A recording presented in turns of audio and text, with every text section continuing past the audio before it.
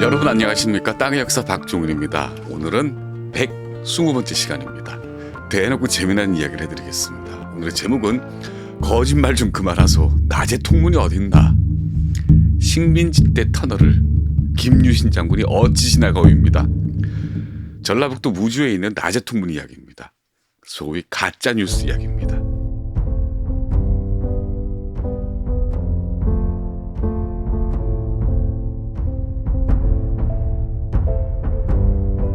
(1980년대까지만) 해도 멀리 떠난 낯선 마을에 가면 시골 마을에 담벼락에 수시 이런 표가 보였습니다. 지나가는 전화근에 간첩인가 다시 보자. 재밌죠? 체제 경쟁이 적대적인 폭력으로 분출됐던 냉전 시대입니다. 그때 여행길이니까 저런 지나가는 전화근에 간첩인가 다시 보자 이런 거는 역사적으로 촌극이었습니다. 지금도 또 어찌 보면은 이런 일이 더 경계해야 할, 오히려 진심으로 우려될 만한 그런 표이기도 합니다. 어찌됐든 그건 역사적인 거니까 저렇게 과장된 표가 있을 수 있다고 넘어가겠습니다. 그런데 세상이 많이 바뀌었습니다. 이제 이런 걸 간첩을 조심할 때가 아닙니다. 여행지에 도착하면 눈을 부릅뜨고 정신 똑바로 차려야 됩니다. 그리고 손바닥에 볼펜으로 꾹꾹 눌러서 수시로 이렇게 봐야 됩니다. 옆에 있는 저 안내판 정말인가 다시 보자. 안내판 조심입니다. 관광이 돈이 되는 시대에 돈벌이를 위해서 옛날 일을, 역사를 엉뚱하게 기록하는 그런 어이없는 안내판에 관한 이야기입니다.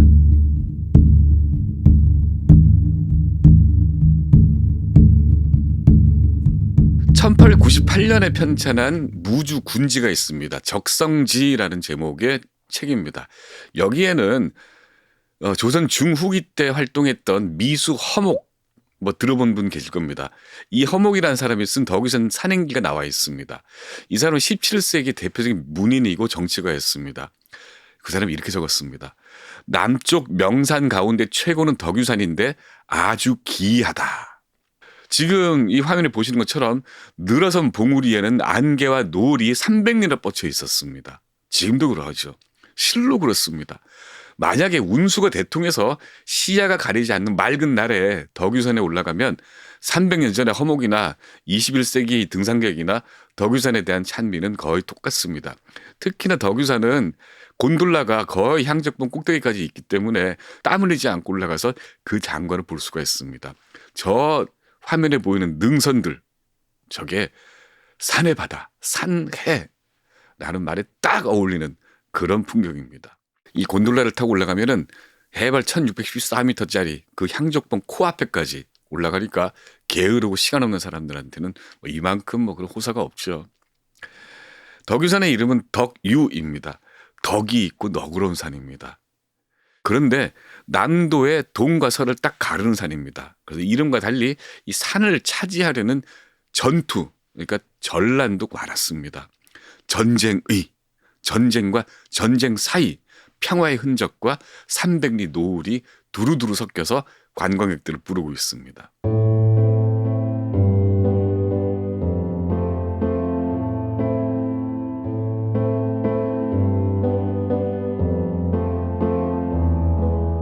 자, 이제 드디어 무주 제1경 낮의 통문 이야기입니다. 덕유산 자락에는 구천동이 있습니다. 계곡입니다. 구씨와 천씨가 들어와서 살았다고도 해서 구천동이라는 말도 있습니다. 또 성불한 불자가 9,000명이라고 해서 구천동이라 됐다는 말도 있습니다. 그런데 이 9구자는 많다는 뜻입니다. 이것 또한 많다는 뜻입니다. 구비가 험하고 깊은 골짜기라는 말도 됩니다. 어찌됐든 구천동에는 지금 33경이 있습니다. 보통 한국에서 좋은 경치 그럼 8경입니다. 또 10경도 드문드문 있죠. 그런데 이 무주 구천동에는 자그마치 33경이 있습니다. 맨 마지막에 33경이 향적봉, 그러니까 이 무주 제일 높은 곳이고 제1경은 제일 낮은 곳, 낮의 통문입니다. 무주군 설천면과 무풍면 사이에 있는 성모산 아래 뚫린 암굴입니다. 자, 낮의 통문입니다. 이 굴은 삼국시대 때 백제와 신라 국경 출입소였습니다. 안내문에 따르면. 그 아래에 설천이라는 개울이 흐르는데 이 설천 그리고 높이 한 50m 안팎되는 이 좁고 낮고 긴 성무산 줄기, 이 설천과 성무산 줄기의 양옆으로 지역이 확실하게 나뉩니다. 사투리도 다르고 문화도 좀 다릅니다. 이 통문 앞 다리 아래에 설천에 작은 연못이 있습니다. 연못이라기보다도 바위에 뚫린 깊은, 그러니까 웅덩이 같은 겁니다. 파리소라고 부릅니다.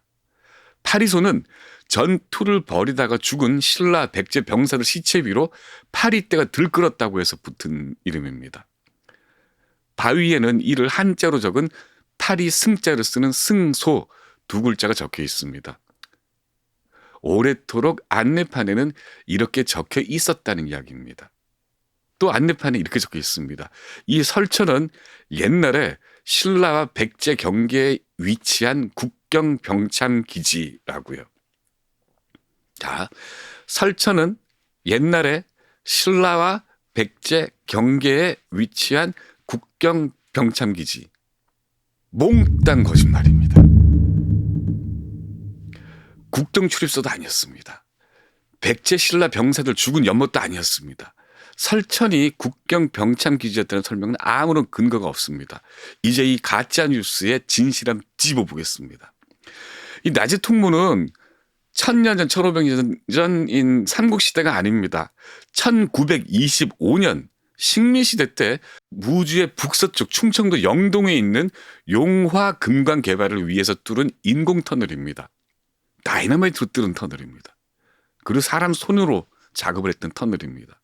이 터널이 개통되면서 설천 위로 다리가 놓였습니다. 그리고 지금 30번 국도가 이 산을 그 터널을 지나서 관통을 합니다. 그럼 낮의 통문은 뭐냐? 식민시대도 아니고 해방 직후도 아니고 전쟁이 끝나고 경제를 살리기 위해서 열심히 노력하던 1963년에 관광지 개발을 위해서 명명된 이름입니다. 원래 일제 때 여기 이름은 기니미굴이었습니다.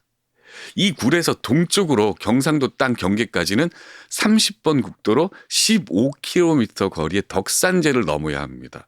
여기에서 15km를 더 동쪽으로 가야지 신라가 나오는데 더 서쪽으로 15km를 더 와서 여기 국경이 있었다. 그리고 국경 수비대들이 서로가 으르렁대고 싸웠다. 그것부터 역사적으로 맞지가 않습니다. 하나가 더 있습니다. 아까 말씀드렸던 것처럼 바위에 이 설천 옆에 바위에 커다랗게 승소라고 적혀 있다고 새겨져 있다고 많은 사람들이 풀이를 하고 이 안내판에도 그렇게 적혀 있었습니다. 승소가 아니라 학담입니다. 두루미 학에 못담자 학이 있는 연못 학담입니다. 대한민국 여행자들 여행 가실 때 가슴에 또 한 번 새겨둡시다. 옆에 있는 저 안내판 정말인가 다시 보자라고요.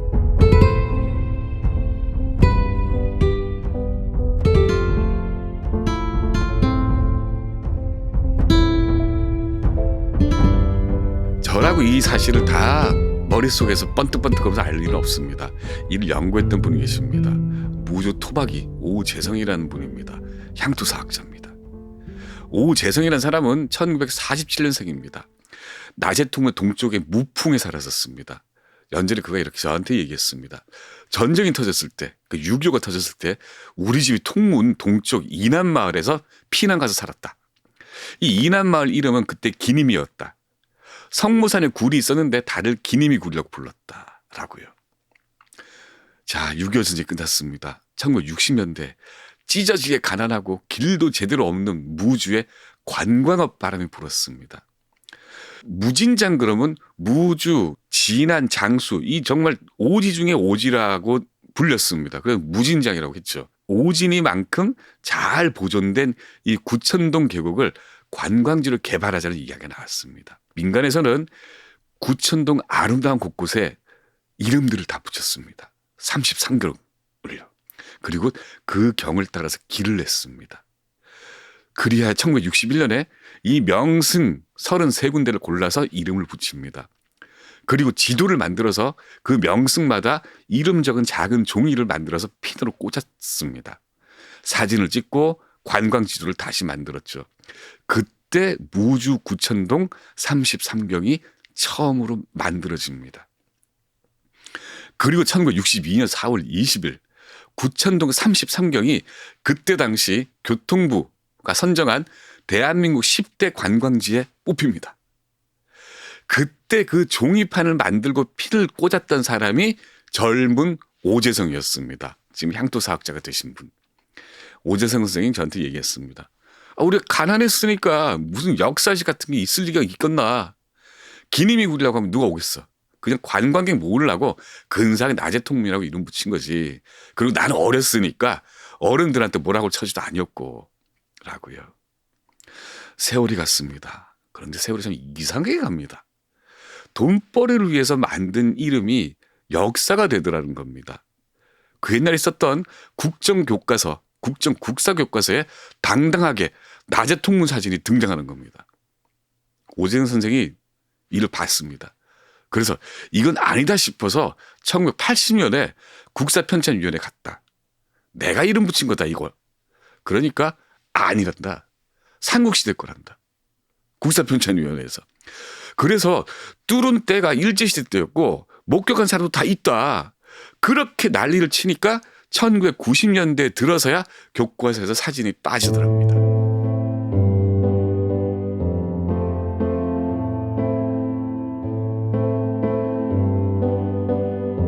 그렇다면 이 기록은 어떨까요? 일제 때 산을 뚫어서 통로가 돼 지금은 수레와 말이 끊임없이 이어진다. 이게 1957년에 발간된 무주군지 적성지 기록입니다. 1957년입니다. 구천동 33경이 지정되기 전이죠.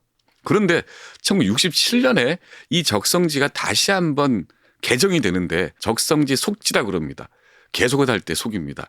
이 속지에는 기록이 바뀝니다. 이렇게요.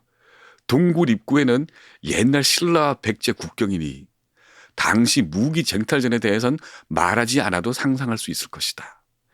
천여 년이 지나자 굴 동쪽과 서쪽 백성들은 풍속과 관습에 차이가 있는 것 같았다. 그러니까 순수하게 관광으로 먹고 살기 위해서 만든 33경 첫 경치 1경이 그 귀한 풍광, 멋있죠?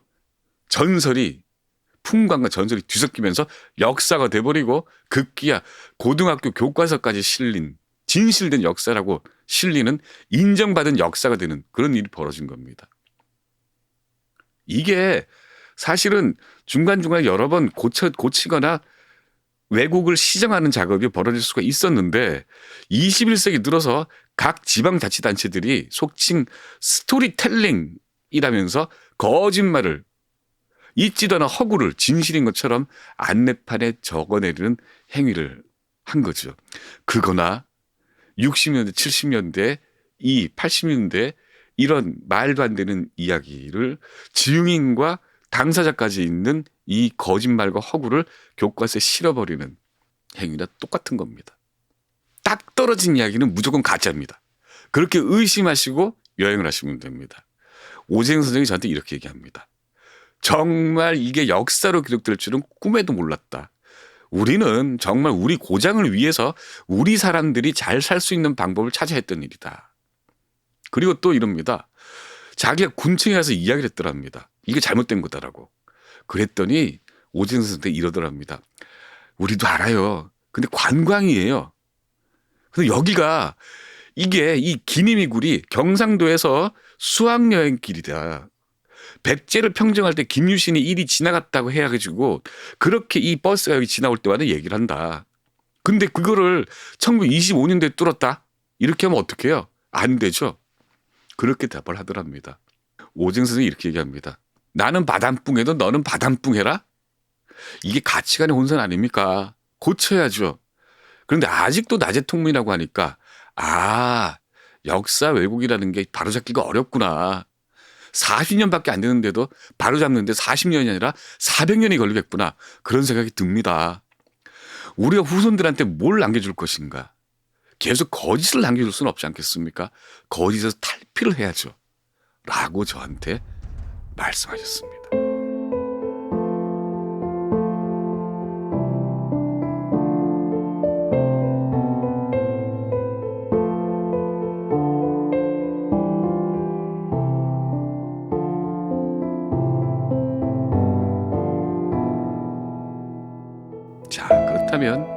진짜 주인공이 있습니다. 구천동 33경 설정을 주도했던 사람은 김남관이라는 사람입니다.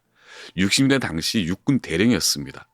더구나 향적봉 꼭대기에 정보부대 하나가 있었습니다. 그 부대장이었습니다. 이 부대를 오가면서 이 구천동 계곡에 매오게 된 겁니다. 푹 빠진 거죠. 자기 고향 무주를 발전시키겠다라는 생각으로 길을 내고 절경을 골라서 이름을 붙인 사람입니다. 지금도 이 구천동 초입에 가면은 비석들이 드문드문 서 있는 공간이 있습니다.